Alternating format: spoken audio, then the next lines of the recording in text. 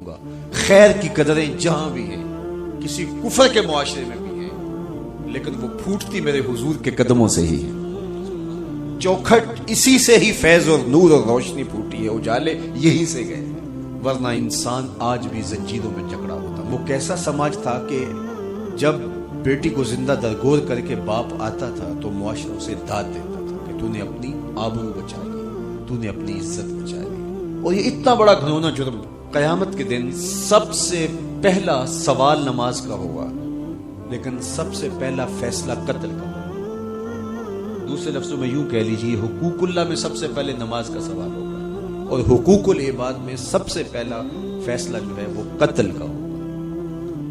اور قتل میں بھی وہ بچیاں جو زندہ درگور کی گئی، ان کا مقدمہ پہلے لایا جائے گا۔ قرآن بتاتا ہے وَإِذَا الْمَوْءُودَةُ سُئِلَتْ بِأَيِّ ذَنبٍ قُتِلَتْ، قبروں میں گڑی ہوئی بچیاں اٹھائی جائیں گی، اللہ کی عدالت ہوگی، ان کے ظالم باپ کٹہرے میں کھڑے ہوں گے، اللہ ان بچیوں سے پوچھے گا بِأَيِّ ذَنبٍ قُتِلَتْ، تمہیں قتل کیوں کیا گیا؟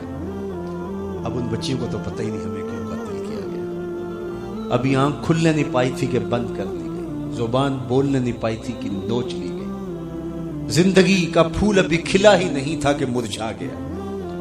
انہیں تو پتہ ہی نہیں ہمارے ظالم باپوں نے یہ قیامت کیوں اٹھائی، یہ غضب کیوں توڑا، ہمارے معصوم دامن پہ کون سا داغ دیکھا کہ ہمارے ظالم باپوں نے ہماری زندگی نوچ لی۔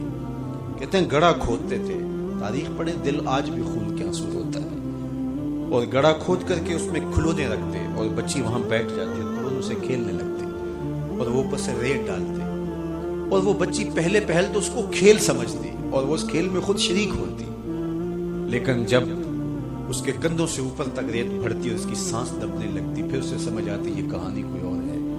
پھر وہ معصوم اور ننھے ہاتھ جوڑ کے اپنے باپ سے زندگی کی بھیک مانگتی، لیکن ظالم سفاک باپ ریت ڈالتا اور یوں اس کی سسکیاں، اس کی آہیں، اس کی چیخیں، اس کے آنسو اس ریت میں دب جاتے، اور اس معصوم ننھی چڑیا کے لیے نہ کوئی موم بتیاں جلانے والے تھے، نہ کوئی اس کے لیے احتجاج کرنے والے تھے، اور نہ کوئی اس کی FIR کٹتی تھی۔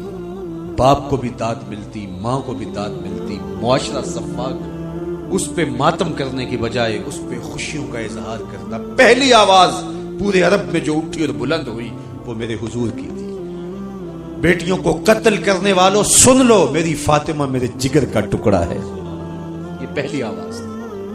یہ صرف کلمہ محبت ہی نہیں ہے، اس ظالمانہ سماج کے خلاف جو ہے وہ علم جہاد میرے حضور نے بلند کیا، میری بیٹی میرے جگر کا ٹکڑا ہے، اور کہا جو دو بیٹیاں، دو بہنیں اللہ کی رضا کے لیے پروان چڑھائے اور ان کا نکاح کر دے، قیامت کے دن وہ یوں میرے نیڑے ہوگا جس طرح یہ دو انگلیاں میری۔